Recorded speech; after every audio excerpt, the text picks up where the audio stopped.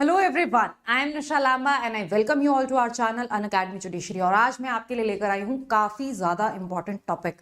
तो आज की वीडियो के अंदर हम बात करने वाले हैं मुस्लिम महिलाओं के इनहेरिटेंस के राइट को लेकर। तो मुस्लिम महिलाओं को जो प्रॉपर्टी मिलती है वो प्रॉपर्टी अपने भाइयों के बराबर नहीं मिलती है। मतलब अगर एक आदमी की मृत्यु हो जाती है तो फिर अगर उसके 2 बच्चे हैं तो जो बेटी है उसको आधा हिस्सा मिलता है एज कंपेयर टू जो उसके भाई को मिल रहा है। ठीक है, तो इस तरह के मुस्लिम पर्सनल लॉ के अंदर जो रूल्स हैं वो उसके अंदर एक डिस्पैरिटी है, एक डिस्क्रिमिनेशन है। तो इस वजह से आज की वीडियो में जो हम बात करने वाले हैं वो बात करने वाले हैं मुस्लिम वुमेन के जो राइट्स हैं उन्हीं के बारे में। मतलब अब इसको लेकर काफी बदलाव की बात की जा रही है, एक बिल प्रेजेंट करने की कोशिश की जा रही है। सरकार जो है इसके ऊपर एक स्टेप लेने वाली है। सुप्रीम कोर्ट में भी ये मामला जो है वो पेंडिंग चल रहा है। तो चलिए जानते हैं जो भी अपडेट्स हैं इस टॉपिक से रिलेटेड आज के वीडियो में। वीडियो को स्टार्ट करने से पहले आपको बता दूं कि अगर आप अनअकैडमी जुडिशरी की सब्सक्रिप्शन खरीदना चाहते हैं और चाहते हैं कि आपको कुछ डिस्काउंट मिल जाए तो उसके लिए आपको ये जो मेरा कोड है निशा लांबा, इस कोड का इस्तेमाल करना है। ये आपको बेस्ट पॉसिबल डिस्काउंट दिलवा देगा। अगर आप टेलीग्राम पर, इंस्टाग्राम पर मेरे साथ कनेक्ट करना चाहते हैं तो निशा_लांबा07 और टेलीग्राम पर कनेक्ट करना चाहते हैं तो निशा_लांबा1511 पर कनेक्ट कर सकते हैं। चलिए तो स्टार्ट करते हैं आज का टॉपिक। तो बेसिकली अगर कोई भी व्यक्ति मुस्लिम है तो प्रॉपर्टी या डिवोर्स से रिलेटेड जो भी लॉज होते हैं वो उनके मुस्लिम पर्सनल लॉ उनके ऊपर लागू होता है। ठीक है, तो जो आपके सेक्युलर लॉज हैं वो उनके ऊपर लागू नहीं होते हैं। इनफैक्ट अगर आप प्रॉपर्टी से रिलेटेड बात करेंगे, अगर हम इंडिया के पास, इंडिया में इंडियन सक्सेशन एक्ट है, ठीक है, which is a secular law, but वो लॉ का सेक्शन 58 मुस्लिम्स के ऊपर अप्लाई करने से मना कर देता है। मतलब सेक्शन 58 के अंदर साफ साफ लिखा है कि ये जो लॉ है ये मुस्लिम्स के ऊपर अप्लाई नहीं होगा। और इस वजह से जो मुस्लिम्स हैं उनके ऊपर उनका पर्सनल लॉ ही अप्लाई होता है। अब जो पर्सनल लॉ है वो बहुत पुराना है और उसके अंदर चीजें समय के साथ बदली नहीं है। इस वजह से जो महिलाएं हैं वो इस चीज को लेकर आक्रोश जता रही हैं। उनका कहना है कि उनके साथ मुस्लिम पर्सनल लॉ के अंदर डिस्क्रिमिनेशन हो रहा है। ये जो लॉ है ये अनजस्ट है।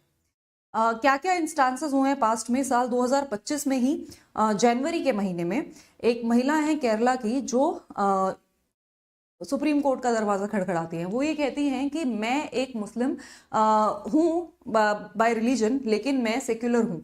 मैं अपने रिलीजन को फॉलो नहीं करती हूँ। मैंने अपने रिलीजन को छोड़ा नहीं है, क्योंकि अगर हम रिलीजन को छोड़ देते हैं तो कम्युनिटी आपको आउटकास्ट कर देती है। रिलीजन को छोड़ा नहीं है बट हम उसको प्रैक्टिस नहीं करते हैं। और इसलिए इस वजह से मैं मुस्लिम पर्सनल लॉ से गवर्न नहीं होना चाहती हूँ। मैं चाहती हूँ कि मुझे मेरी प्रॉपर्टी, मेरे पिताजी की प्रॉपर्टी के अंदर आधा हिस्सा मिले। और इस वजह से मैं शरिया लॉ से गवर्न नहीं होना चाहती हूँ। मुझे इंडियन सक्सेशन एक्ट से गवर्न होना है, जो कि एक सेक्युलर लॉ है।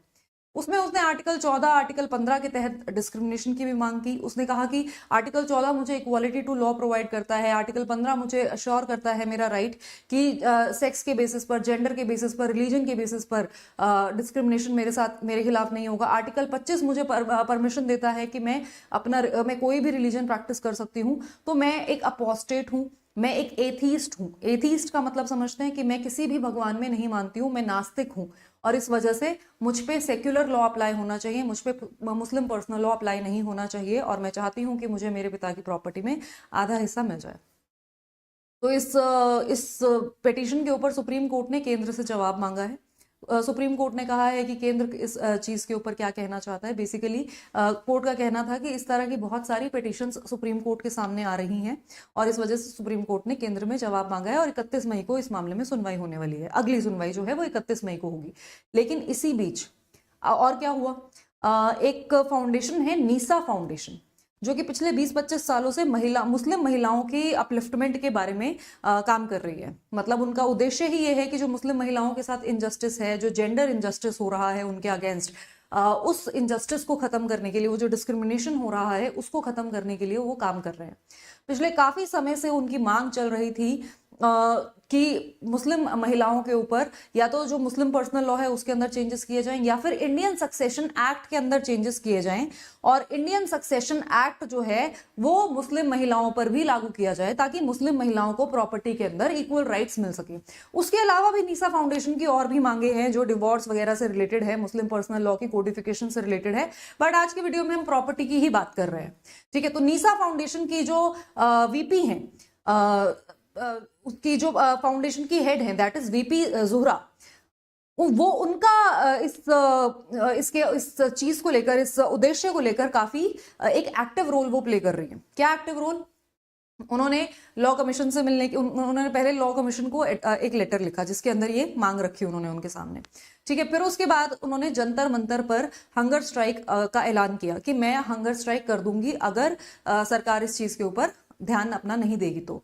फिर उन्होंने हंगर स्ट्राइक की 23 फरवरी को, इस पिछले ही महीने यानी फरवरी को 23 तारीख को उन्होंने हंगर स्ट्राइक अपनी शुरू कर दी सुबह 10 बजे। बट क्योंकि जितनी परमिशन उनको जंतर मंतर के बाहर स्ट्राइक करने की मिली थी उतना टाइम उनका खत्म हो गया था, तो इस वजह से पुलिस ने उनको अरेस्ट कर लिया और उनकी जो हंगर स्ट्राइक है वो वहीं पर उनको तोड़नी पड़ी। बट उनका कहना था कि ये स्ट्राइक मुझे तोड़नी पड़ रही है बट मेरी जो लड़ाई है मुस्लिम महिलाओं के लिए वो लड़ाई खत्म नहीं होगी। और फिर उसके बाद वो जेल में चली गई, वहां से जमानत पर छूट कर आई। फिर उसके बाद उनको मौका मिला, जो यूनियन के मिनिस्टर हैं किरेन रिजिजू जी, उनसे वो मिली और उनको मिलकर उन्होंने एक ड्राफ्ट पेश किया, ठीक है। तो ये सारी कहानी है।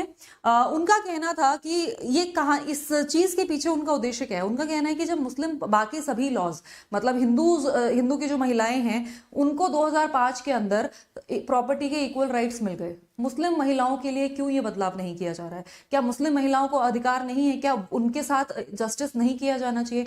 जब सभी लॉज चेंज हो रहे हैं विद टाइम, तो मुस्लिम्स का जो लॉ है वो क्यों इतना पास्ट में अटका हुआ है? टाइम के साथ साथ इसको भी बदलना चाहिए। दूसरी बात उनका ये कहना था कि मुस्लिम पर्सनल लॉ के अंदर सबसे बड़ी प्रॉब्लम क्या है कि अगर आपकी कोई प्रॉपर्टी है तो आप अपनी पूरी प्रॉपर्टी वसीयत में नहीं दे सकते हैं।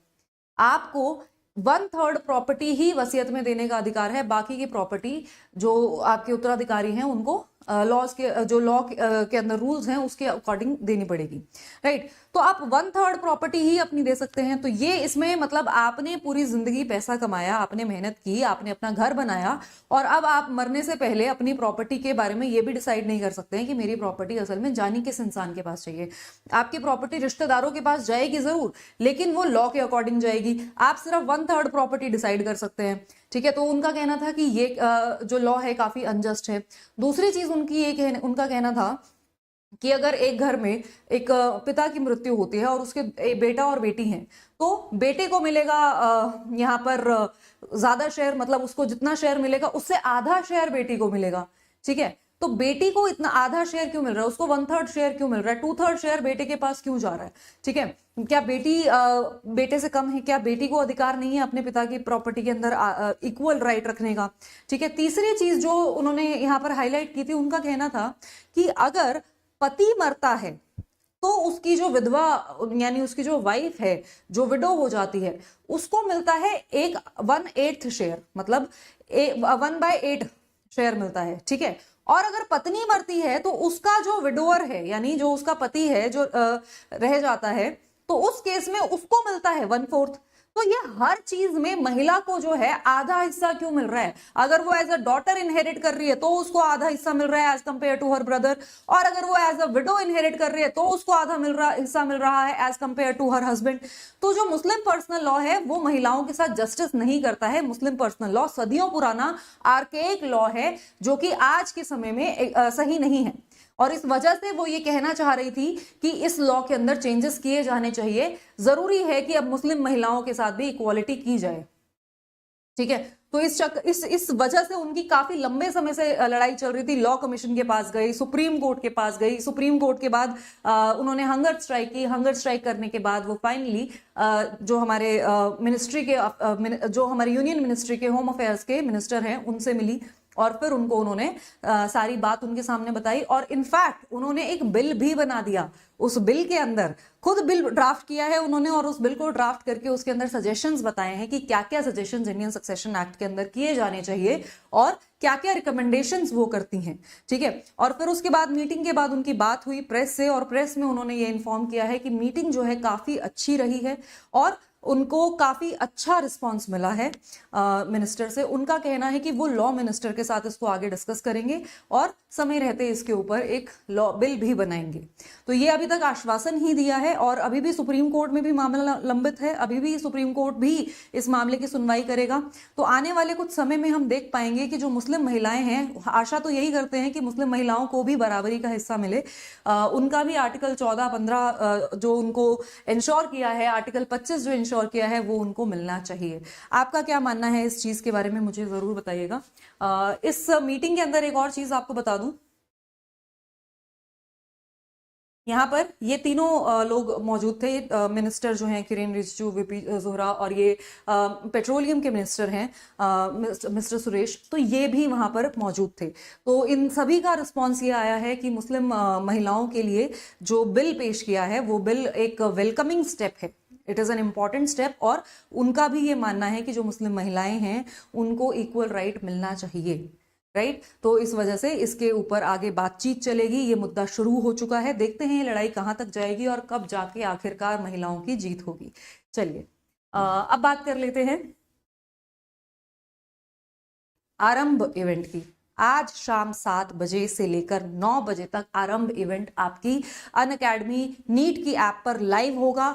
आप इस इवेंट का हिस्सा बनिए। इस इवेंट में बहुत सारे सरप्राइजेस हैं, बहुत सारे फन इवेंट्स हैं, बहुत सारे रिवॉर्ड्स भी हैं। तो ये इवेंट काफी बड़ा होने वाला है। जसप्रीत बुमराह जो क्रिकेटर हैं इंडिया के, वो भी इस इवेंट में शामिल होंगे। मैं भी आपके साथ इस इवेंट में शामिल रहूंगी। आपके घर में कोई IIT, JEE या फिर नीट के लिए प्रिपरेशन कर रहा है तो उसको भी बताइएगा। उसके लिए तो काफी सारे एक्साइटिंग रिवॉर्ड्स हैं, इसमें काफी सारी एक्साइटिंग चीजें हैं और आपके लिए भी इसके अंदर गेम राउंड्स हैं, रिवॉर्ड्स के मौके हैं।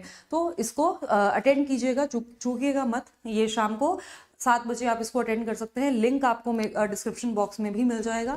और अगर हम बात करें उत्कर्ष फाउंडेशन बैच की, तो उत्कर्ष बैच के अंदर भी आपको सभी स्टेट्स की प्रिपरेशन कराई जाती है। ये सभी एजुकेटर्स हैं, यहाँ पर कॉम्प्रिहेंसिव तैयारी कराई जाएगी आपको सभी स्टेट्स की। और अनिल खन्ना सर का बैच भी आपको अनअकैडमी की ऐप पर मिल जाएगा। ये दोनों ही प्लस और आइकॉनिक सब्सक्राइबर्स के लिए अवेलेबल है। अगर आप सब्सक्रिप्शन खरीदना चाहते हैं और आप डिस्काउंट कोड इस्तेमाल करना चाहते हैं तो निशा लांबा डिस्काउंट कोड इस्तेमाल करके जो भी बेस्ट पॉसिबल डिस्काउंट है वो आपको मिल जाएगा। मिलते हैं आपसे अगले वीडियो में, तब तक के लिए गुड बाय।